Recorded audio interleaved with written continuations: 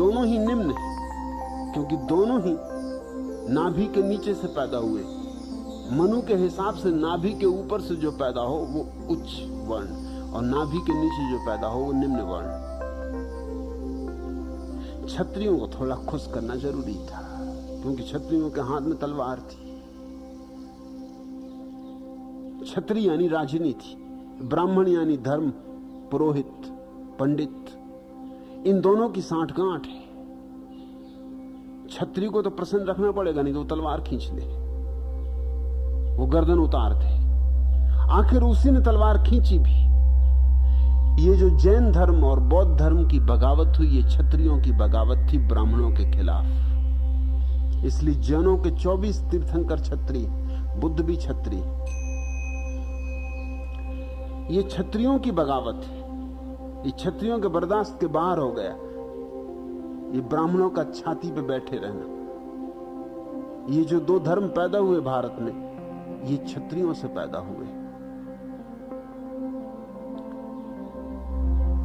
वैश्यों और शूद्रों और क्षत्रियों, इन तीनों को ब्राह्मण ने नीचे रखने की कोशिश की। क्षत्रिय को अपने से नंबर 2, क्योंकि उसके हाथ में तलवार थी, उसको थोड़ा प्रसन्न करना जरूरी था। उसको शूद्र के और वैश्य के ऊपर रख दिया। ये एक बड़ी साजिश मनुस्मृति की, ये सरासर झूठ है। यहां कोई ना ऊंचा है ना कोई नीचा है। सब शूद्र की तरह पैदा होते और सब ब्रह्म का साक्षात करने की क्षमता लेकर पैदा होते। मेरे हिसाब में सब शूद्र की तरह पैदा होते और सब ब्राह्मण हो सकते। ये सबका जन्म सिद्ध अधिकार है। जन्म से न कोई ब्राह्मण होता, न कोई वैश्य होता, न कोई क्षत्रिय होता। जन्म से सभी शूद्र होते, क्योंकि जन्म से सभी बीज होते, सिर्फ संभावनाएं मात्र। फिर तुम्हारे हाथ में कि तुम क्या बन जाओगे। अगर धन इकट्ठा करोगे तो वैश्य बन जाओगे,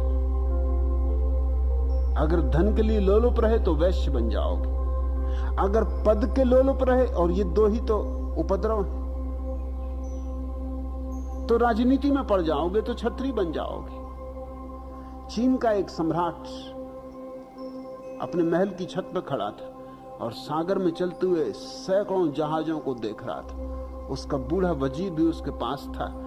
सम्राट ने कहा कि देखते हैं, आज आकाश खुला है, सागर भी शांत है, तूफान नहीं, आंधी नहीं, कितने सैकड़ों जहाज चल रहे हैं, कितना सुंदर दृश्य। उस वजीर ने कहा, महाराज गलती हो तो क्षमा करें, जहाज सिर्फ 2 है, ज्यादा नहीं। सम्राट ने पूछा, 2? क्या कहते हो तुम? अनेक स्पष्ट दिखाई दे रहे हैं, तुम कहते हो 2? उसने कहा, मैं फिर कहता हूं 2 ही। या तो धन के जहाज चल रहे हैं या पद के जहाज चल रहे हैं, बस जहाज तो 2 ही है। दिखाई कितने ही पड़ते हो, बस 2 ही दौड़े हैं आदमी की, 2 ही गतियां हैं, धन की या पद की। तो जिनकी धन की दौड़ थी वो वैश्य हो जाते, जिनकी पद की दौड़ है वो क्षत्रिय हो जाते। और जो सब दौड़ छोड़ देते, जो अपने स्वरूप में समा रहते, जो अपने भीतर अंतर्गर्भ में प्रवेश कर जाते, वे ब्रह्म को उपलब्ध हो जाते, वे ब्राह्मण हो जाते। प्रत्येक व्यक्ति शूद्र की तरह पैदा होता है।